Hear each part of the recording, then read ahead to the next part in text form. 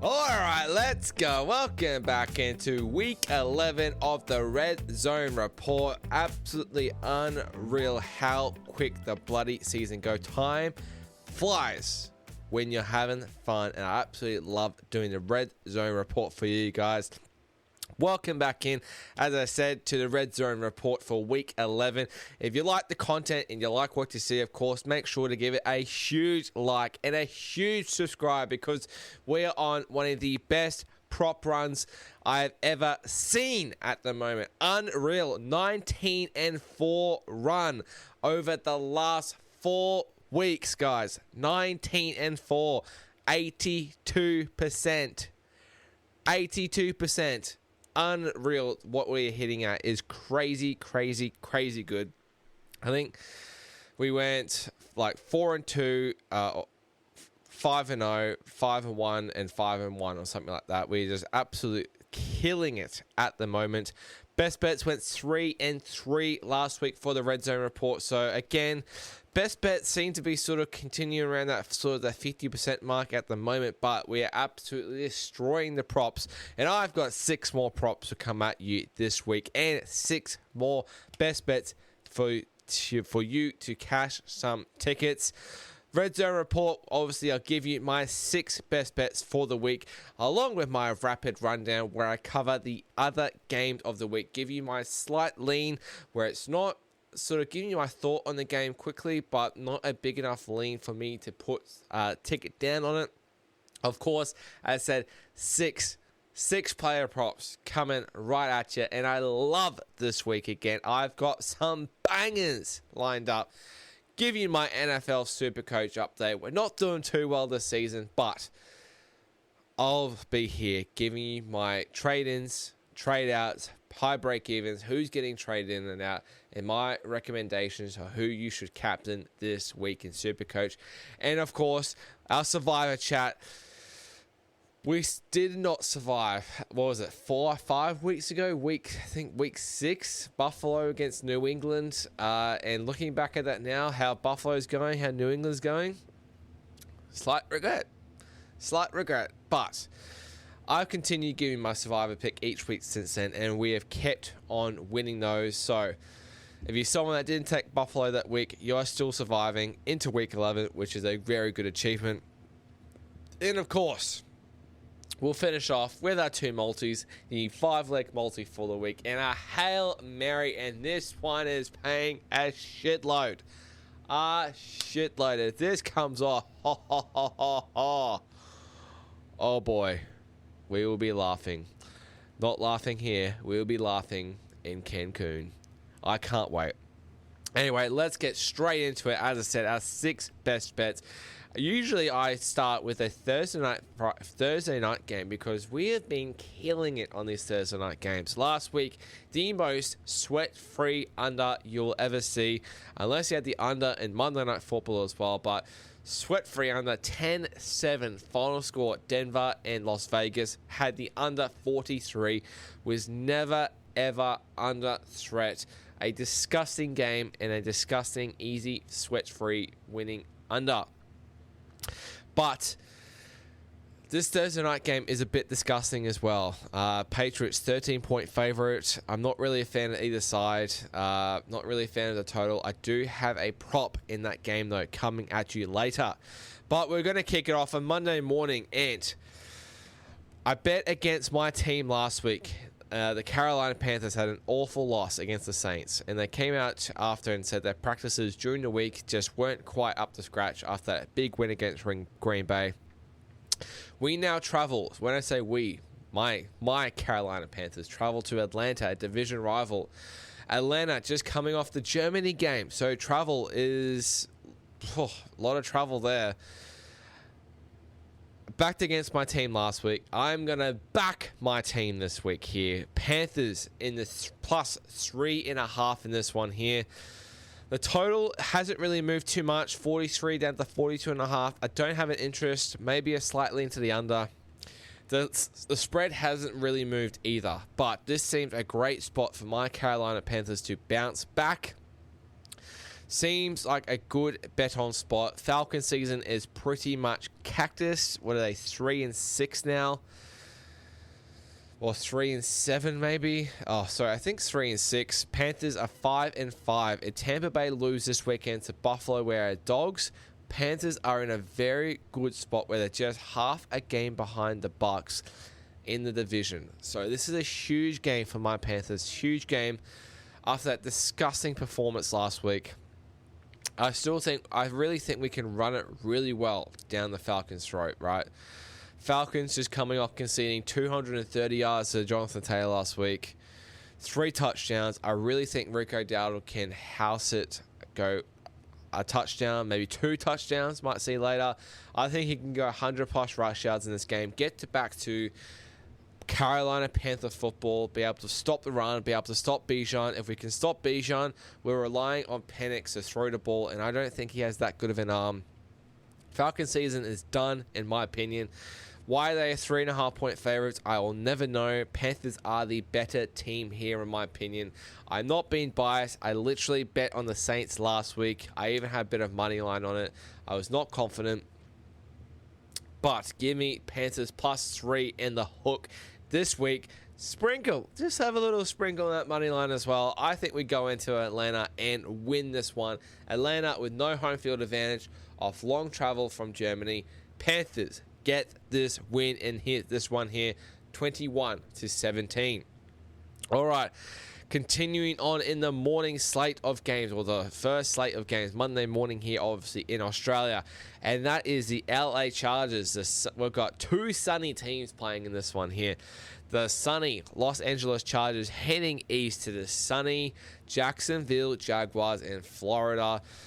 Chargers are around a 3-point favorite in this one here. They opened up 2.5-point favorite, coming off a mint Sunday Night Football win against the Steelers where they kicked their ass.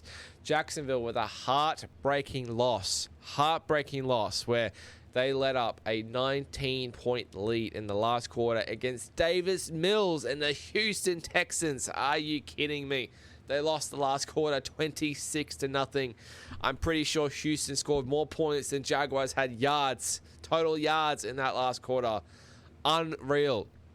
And I'm not interested in the side here. I do have a lean to the Chargers, but I am interested in the total. This has actually come down a little bit, which is quite surprising, but I love the over 43.5 between these two teams.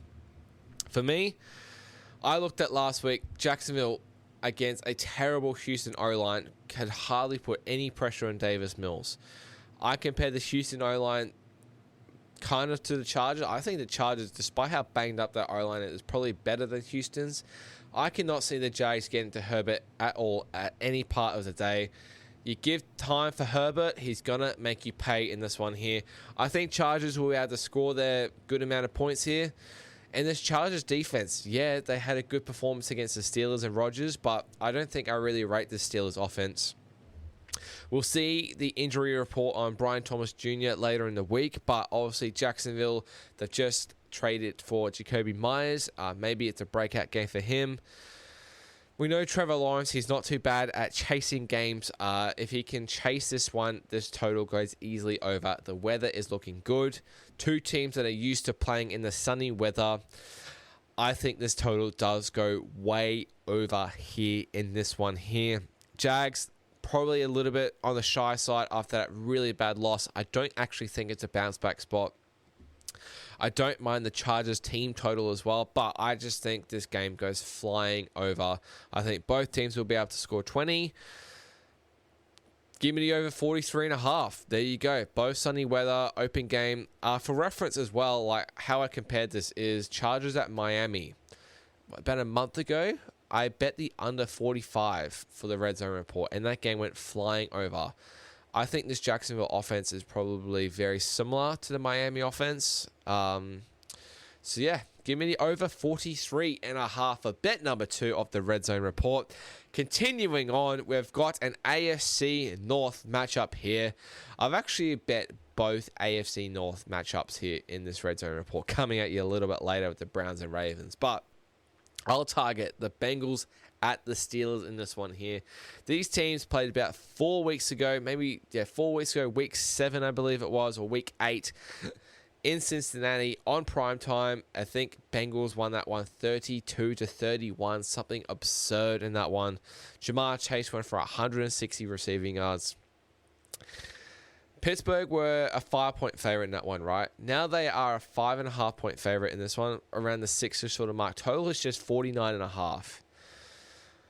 The over looks like the easy play in this one, but I do love the Cincinnati Bengals plus the 5.5 or plus the 6 with a little bit of juice. I've taken the juice plus the 6.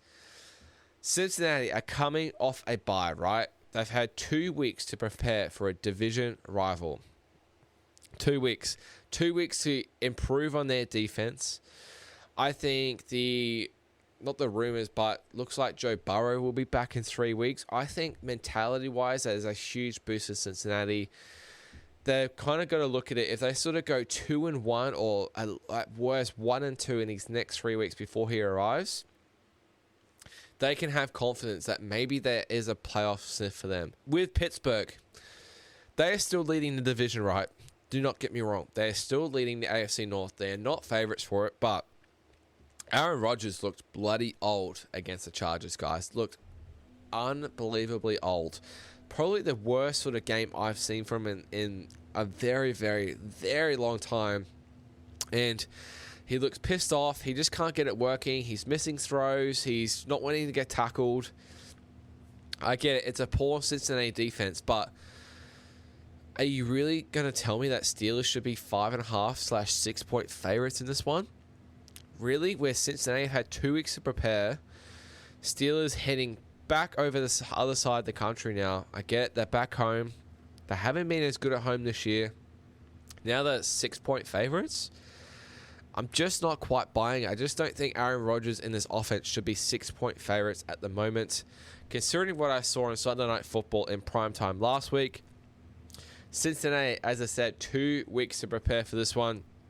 Jamar Chase, 160 receiving yards against the Steelers 4 weeks ago. Why can't he do that again? Like, Joe Flacco targets him like no other. It's crazy. I said 2 weeks to prepare for a division rival.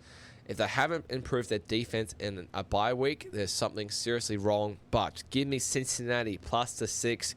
I'm not sure if they'll win. I think they're in a real desperate spot to win, but I think this one comes down to a field goal either way. So give me the Cincinnati Bengals. Rawr!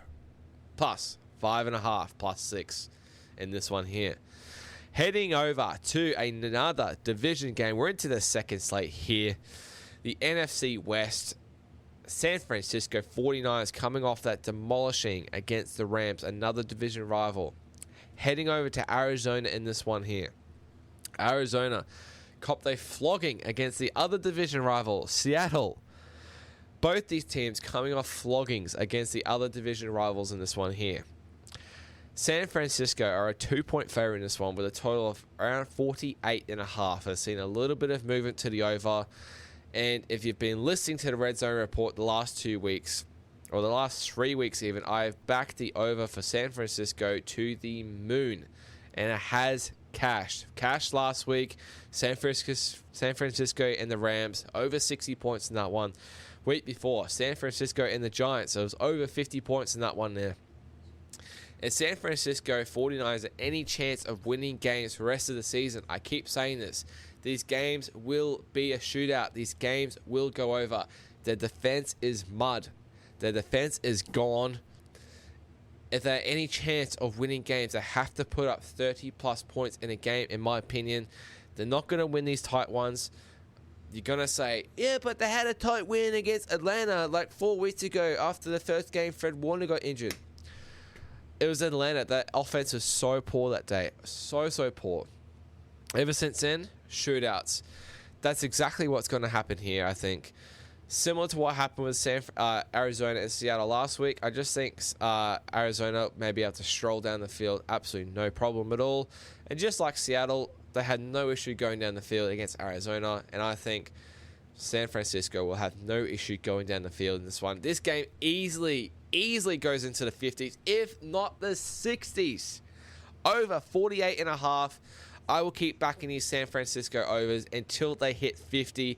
Even if it hits 50, I may keep considering it because, as I said, if this team is to contend in games, these games will go over. They have to score points to keep up and win these games. Over 48.5.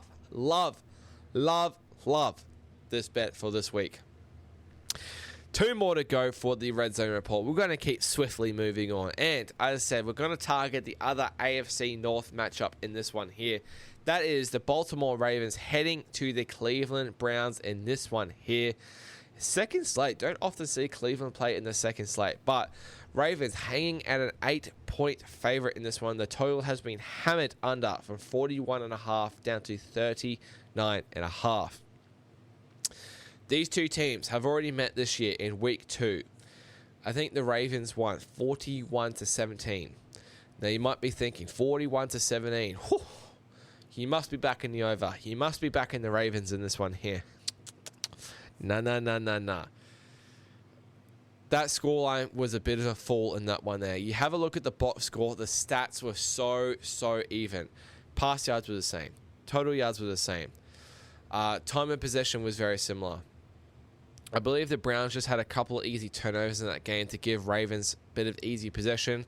Derrick Henry had like 23 rush yards that game or something. This Browns defense at home is elite in my opinion here. I think in week 2, this line was around sort of double digits, I want to say, to the Ravens. Now you're flipping it and you're getting Ravens -8. I get it. You got Dylan Gabriel in offense there. This Ravens defense is still not that great. I think Browns are going to still be able to put up some form of some points here. And I think this Browns defense is going to be able to stop the run with Henry once again. They're going to be able to stop Lamar. And I said this Browns defense, once they go home, is elite. It's top 5 in the league easily. Easily. Give me the Browns plus the points in this one here, +8. To keep it close in this one here. Ravens by a touchdown at the absolute most, in my opinion here. Is there an upset looming? Oh, big call. They're not shy to it. They beat the Packers in Cleveland this year as a 7-point dog. And now they're an 8-point dog to a division rival. Give me the Cleveland Browns. Woof! Rock! Plus the 8 points in this one here for the Red Zone Report. Bet number 5 for you here. Alrighty, and bet number 6 for the Red Zone Report, our last best bet for the week. We're crossing to Monday Night Football again with the Dallas Cowboys heading to Las Vegas in this one here with a total about 50 in this one. Dallas 3.5-point favorite, so 3-point favorite with the hook in this one here. This Dallas has been on a bye in the last week here. And Rays are coming off a mini bye in this one here. Dallas are obviously facing the distraction of a past teammate, right? Which is very, very sad. Rest in peace to Marshawn Nealand. This Dallas offense had to do a little bit of work on the bye. I think they would have definitely done some work in the bye. Their defense, is it going to be improved? I'm not so sure. Raiders, they absolutely stink, right? Absolutely stink. I think Geno Smith will go in this game. They've had a mini bye in this one, as I said. We saw Geno, when he comes up against a pretty crap defense, he can actually move the ball. He moved the ball against Jacksonville a couple weeks ago and had some success. Despite that being, 3-0 at halftime or something, still went over the total. He moved as his best game in like a month. I think Las Vegas will be able to move the ball in this one. Ashton Jonty will have a really good game in this one. But I also think this Raiders defense absolutely sucks. And if there's ever a breakout game for Dallas, it's going to be this one where they put on 30+ against an opponent. Dak Prescott to have a really strong game in this one here. Dallas to really get behind their teammate in this one here and do it for the talent of Dallas as well. I do love the over 50 in this one, though. I can see Dallas probably winning by a field goal at the end there, but these teams should easily be able to score 25+, if not 30+ in this game here. Indoor stadium, which both teams are used to here, so weather is not an issue. This total is going way over 50 in this one here. Gimme Dallas and Las Vegas Raiders to go over 50 in this one here. And that is the 6 best bets for the Red Zone Report in this week here. Let's go 6-0, baby. All right.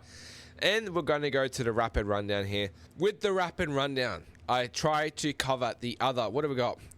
9 other games for the week in less than 2 minutes or less, essentially, to give you my real quick lean for the week, where I'm sort of thinking, where I may have a bet later in the week, but most likely leaving it, just not strong enough to get there to put some money down. All right, rapid rundown. Let's go. Pats at the Jets in this one. 13-point dogs, the Jets are. Total of 43. It's the Pats or nothing for me in this one here. Pats get the early lead.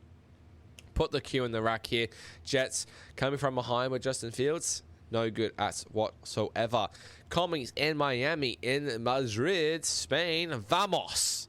Miami, 2.5-point favorites in this one. Total of 47.5. I do leave Miami and the over in this one here. It's hard to back Miami as a favorite, though. I just can't quite get to the window. Texans and the Titans, AFC South matchup. Titans off the bye, plus 7-point dog, total of 38.5. I do lean the Texans in this one here. I think their win last week was a bit more of a boost. I don't think it's a hap and fatty, sassy spot for this one here. Titans, how are they going to score against this defense, man? I just don't understand. Even off a bye, I just don't see it. Lean the Texans in this one here. Green Bay heading to the New York Giants after firing coach Brian Daboll. 7-point dogs, the Giants in this one. Total of 43.5. We are not sure who the quarterback is going to be, whether it's Jackson Dart or Russell Wilson.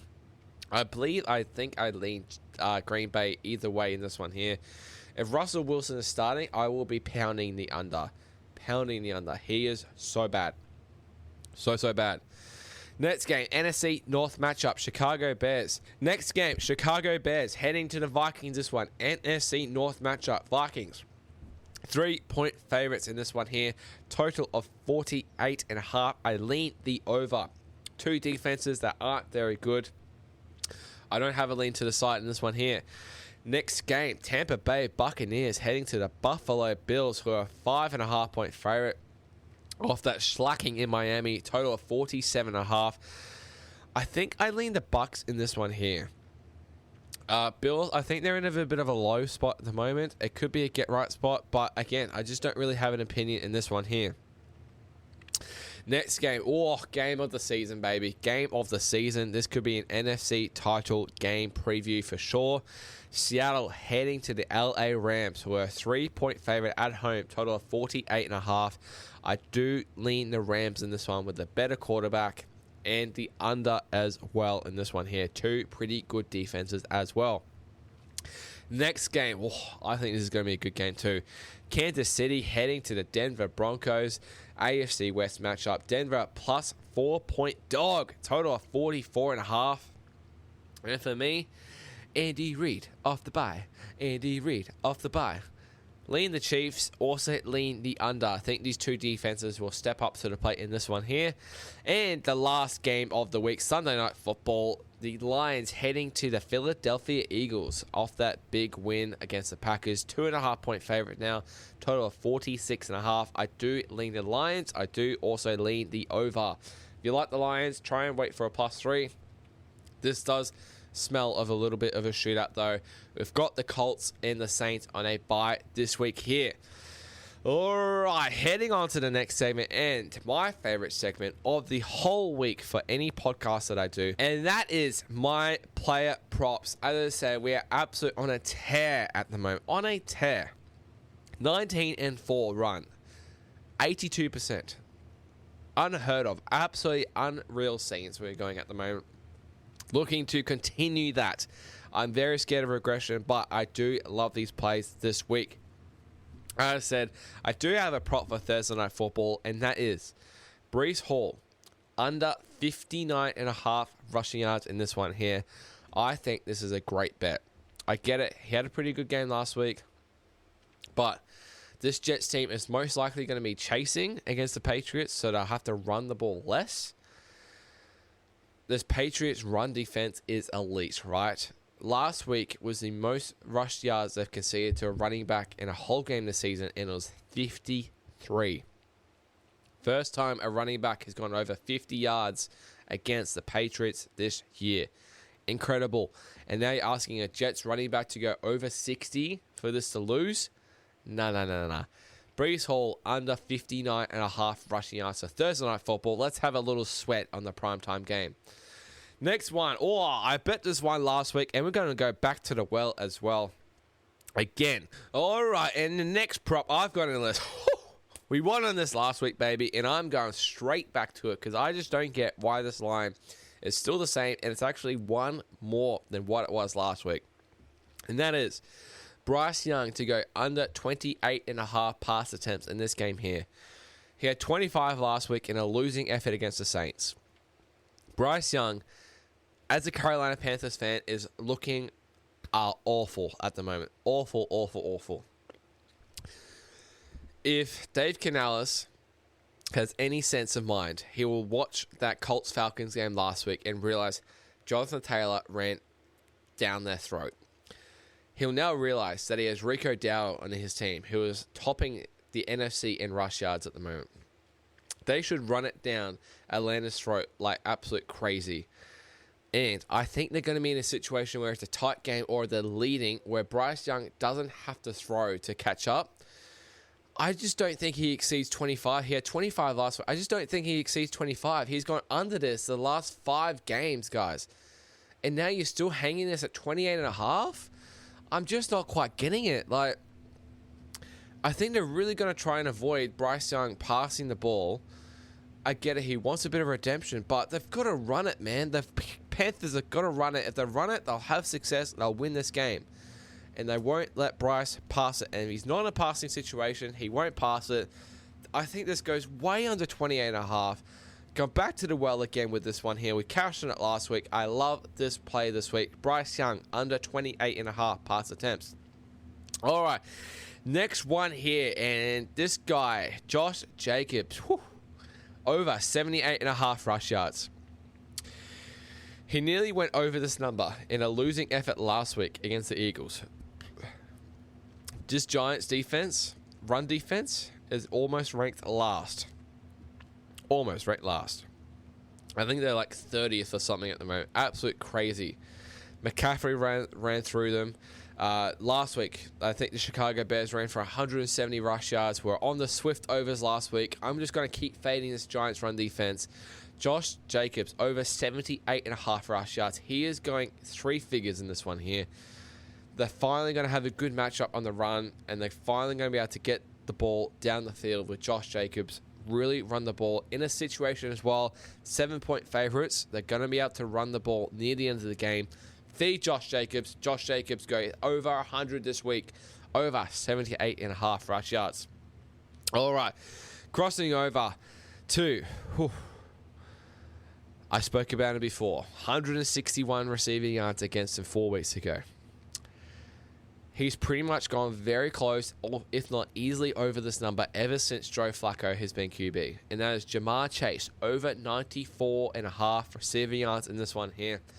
As I said, 161 receiving yards against the Steelers 4 weeks ago.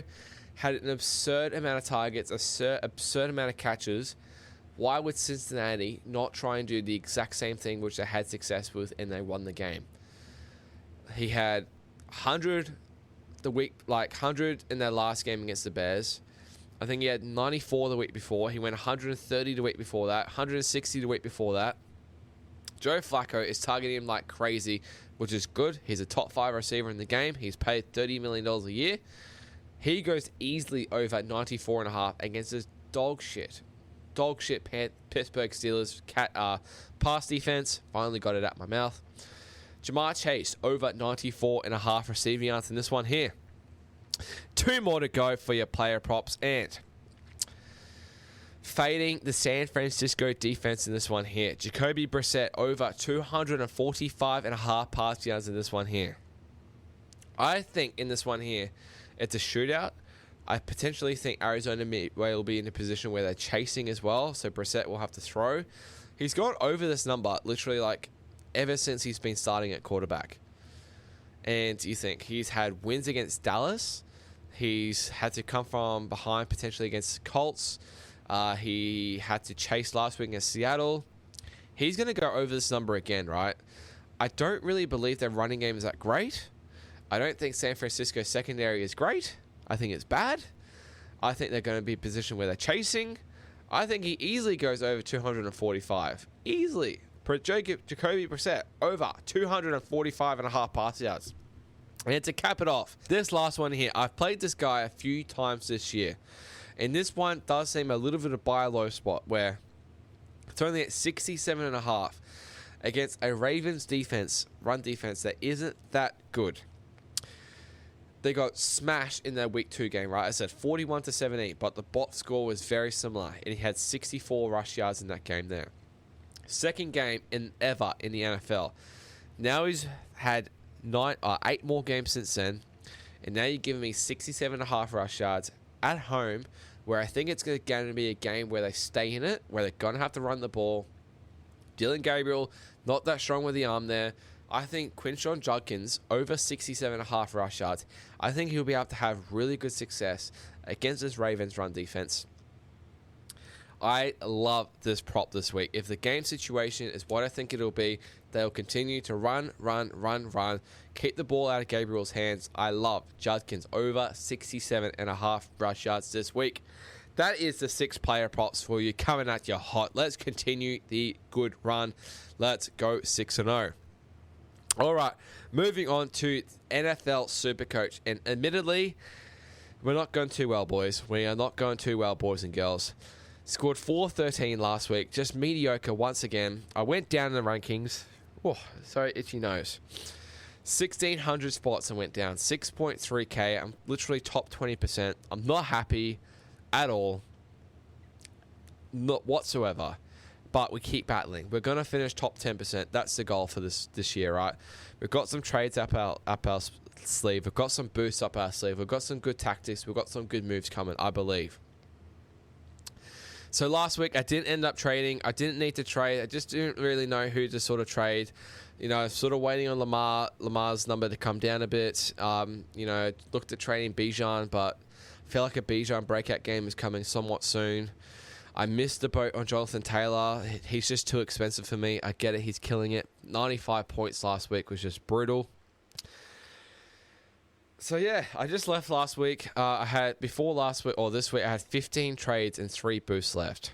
So, I've done a couple trades this week. I just can't quite find a third that I want to trade for. But in regards to your top trade-ins, top 3 trade-in, Trey McBride, Lamar Jackson, and Rashee Rice. Doesn't surprise me whatsoever with those 3 there. I will be looking to get Lamar Jackson in pretty bloody soon. I think Jake Ferguson is probably a little bit too much cash for me to go up to Trey McBride, I think. I don't want to trade Tyler Warren out. I've also got Loveland there. He's got a really low break even. He's going to keep making cash for me. Top 3 traded at the moment. Jackson Dart, which I think is fair. Tedero McMillan, my boy, he's just not getting the receiving yards from Bryce at the moment. And Justin Jefferson is not having the season I thought he would have with J.J. McCarthy at quarterback, which is interesting. Break-evens wise, low break-evens. We've got Travion Henderson, minus 32 break-even. I do own him. I am playing him this week. I didn't play him last week. Brutal. Colston Loveland, minus 23 break-even. I do own him as well, which is great. And J.J. McCarthy, minus 21 break-even. I wouldn't really be trading J.J. McCarthy. I think there's way better quarterbacks. I think we're at the stage of the season where you have to start trading in elite quarterbacks to get into your team. Big break-evens. Bo Nix, 75 break-even after doing nothing last week. Patrick Mahomes, 69 break-even off a pretty blasé game against Buffalo. Off a bye, though, he's still the top point scorer, I think, in the whole of NFL SuperCoach at the moment. If you got him, hold him. Dak Prescott, 67 break-even. And Jordan Love, 67 break-even as well. A lot of quarterbacks in that one there with high break-evens. If you're a guy that owns Prescott, Love, or Nix, I would probably look at trading them out and be looking to trade in like a Lamar Jackson or Josh Allen potentially. So, For me this week, I am doing 2 trades, as I said, and I am trading out McMillan and I'm trading out Jefferson. 2 receivers just aren't really doing too much for me at the moment, and I need to get them out. I am getting back in Emike Egbuka, who I think he lost a tiny bit of cash, but I always thought, obviously, Evans is out now. Godwin's still not going to be back until end of the month, maybe early December. Got to get him back in. He's a clear wide receiver 1. If you're looking at someone who doesn't want Egbuka, maybe look at Tez Johnson, wide receiver 2. I am also going to trade in Rome Odunze as well. He is the clear wide receiver 1 in this Bears offense. Had a really solid game last week. I think he will have some success against the Vikings this week as well. So that brings me to 13 trades left and 3 boosts to go, with about 6 weeks ago in the NFL's and SuperCoach season. So I'm going to be able to trade in quite easily without running out of trades, which is cool. Vice captains and captaincies. I am captaining Josh Allen this week. I captained him last week against Miami, which is just shocking, so bad. And I don't have many VC options, but I'm going to VC Travion Henderson. If he has a breakout game, he has a breakout game. It's against the Jets. He's going to get fed the ball a shit ton. Potential he have a big score. He could score 2. He could score 3 touchdowns. You never know. VC Henderson, C Josh Allen for me against the Bucks. Moving on to Survivor. As I said, I got knocked out about 5 weeks ago with Buffalo against New England, but we're continuing doing Survivor for you guys because I love you guys. And last week we had Denver just getting the win, so they continue surviving. And this week here, to get out of the road, go the Houston Texans. I can't see them losing to the Tennessee Titans this week. It would be a shocking loss if they did. Texans, not a team that you generally get to use too much in the season for Survivor. So I think if you can, especially at this time of the season, you use them. Texans win this one against Tennessee this week. And finishing off with our multis for the week. So 5 legs. My first one pays decent amount with cash won this week, of cash won this year already at really good odds. I think $47 odds. So that covers us for the rest of the year, which is really cool. This week, 5 legs, pay $64. Let's go. Jamar Chase to go 100+ receiving yards. Josh Jacobs to go 100+ rushing yards. My Carolina Panthers on the money line. Over 48.5 in the San Francisco game and over 50 in the Dallas game. As I said, pay $64. $10 in this one, pay $640. Let's do it, baby. All right, and to finish it off, my Hail Mary for the week. And holy dooly, I have gone outlandish this week. Just for one guy on it, but if this somehow comes off, holy fucking shit. I will be an absolute legend. I will make everyone rich. And I'll be in Cancun. I'll be doing a round the world trip. I'll be doing cartwheels. I'll be doing everything. 2+ touchdown Hail Mary. 3 players. First one. This is the big one. Kyle Williams from the Patriots. He had his first touchdown last week against the Buccaneers. The rookie receiver. If he gets more snaps this week, he could have a breakout game. Was last week the game where he decided to shine, and now he gets a shine against the division rival in prime time. Feed the ball, Drake May, to Kyle Williams, paying $66 that leg, which is huge. Next 2 legs. Rico Dowdle to run it down Atlanta's throat. And Rashee Rice against this Denver defense. That altogether pays $3,762. $10 returns $37,620. Let's go to Cancun, baby. Let's fly first class. I'm excited. Let's have a day. Oh boy, I'm excited. All right, to cap off the Redzone Report episode, what an episode it's been as well. Absolute banger of an episode. 6 best bets and 6 player props. My 6 best bets for you guys this week is the Panthers. My Carolina Panthers. Rawr! Plus 3.5 in this one here. Chargers and the Jaguars over 43.5. The Cincinnati Bengals. Grrr, plus 6 against the Steelers. San Francisco and Arizona over 48.5 in this one. The Cleveland Browns plus the 8 buck against the Baltimore Ravens, division rival. And finish it off, Monday Night Football, Dallas and Las Vegas over 50 in this one here. My player props, which we're destroying at the moment. Breece Hall, under 59.5 rush yards. Bryce Young, under 28.5 pass attempts. Josh Jacobs, over 78.5 rush yards. Jamar Chase, over 94.5 receiving yards. Jacoby Brissett, over 245.5 pass yards. And Quinshon Judkins, over 67.5 rush yards in this one here. The multi for the week, 5 legs. Jamar Chase, 100 plus receiving yards. Josh Jacobs, 100 plus rush yards. My Carolina Panthers on the money line. Over 48.5 San Francisco and Arizona. And over 50 for Dallas and Las Vegas. Pays $64. $10 returns $640. And the Hail Mary of all Hail Marys. 3 players, 2+ touchdowns. Kyle Williams from the Patriots, Rico Dowdle, and Rashid Rice, $3,762. $10 in this returns $37,620. Let's go to Cancun, baby. All right, and that will be it for the Red Zone Report. Thank you so much, guys, for tuning in. Remember, if you like the content, if you've been cashing in, remember to give it a massive like and subscribe. Follow all my socials, all at Scooshy Sports, SKOOSHI Sports, for your daily reels, daily updates as well. Follow my Action Network as well, at Scooshy Sports. Download the app, iOS, Android as well. You'll be able to follow all my tips that I do every single day there on there as well. Thank you so much for watching, guys. I will see you next week for a rugby league video potentially, but this has been the Red Zone Report for week 11. Thank you so much for watching, and cheers.